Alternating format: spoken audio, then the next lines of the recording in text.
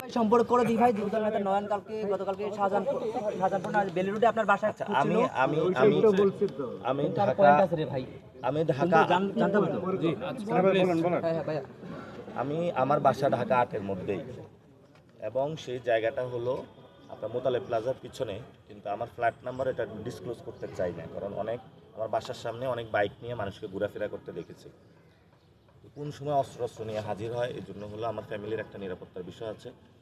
যেভাবে বাসা খুঁজতেছে, মানে সে জায়গায় আমি বলবো প্রশাসনকে, যেটা আমার বাসার নিরাপত্তা নিশ্চিত করার জন্য যে কোনো সময় আমার ফ্যামিলি আমার উপরে অ্যাটাক হতে পারে।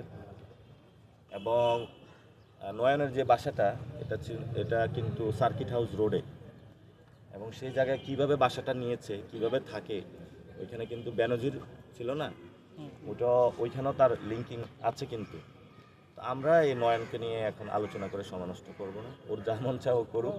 ও যত কথা বলবে মির্জা আব্বাসের ভোট আরো তত কমবে। ঠিক আছে, নয়ন যত কথা বলবে মির্জা আব্বাসের ভোট তত কমবে। মির্জা আব্বাস যদি ভালো কিছু চায় সে নয়নকে চুপ করাবে। তো নয়ন, হ্যাঁ, নয়নকে বলবো নয়ন তুমি ভালো হয়ে যাও। হ্যাঁ। আর কি জানা ছিল, কোন প্রশ্ন আর আছে? নারীরা অস্ত্র নিয়ে ঘুরছে বোরকা পরে। কে বলেছে? ও ভালো হয়ে যাবে। ও একটু শোকে কাতর আছে, আসন পায় নাই। তারপরে হলো ওই মির্জা আব্বাসের সাথেও তার মনে একটু সমস্যা আছে। সবকিছু মিলে ও একটু ডিপ্রেশনে আছে বা হতাশায় আছে। আর ওরা একটু সুযোগ দেন। ওই মাসুদ ভালো হয়ে যা, নয়ন তুমি ভালো হয়ে যাও।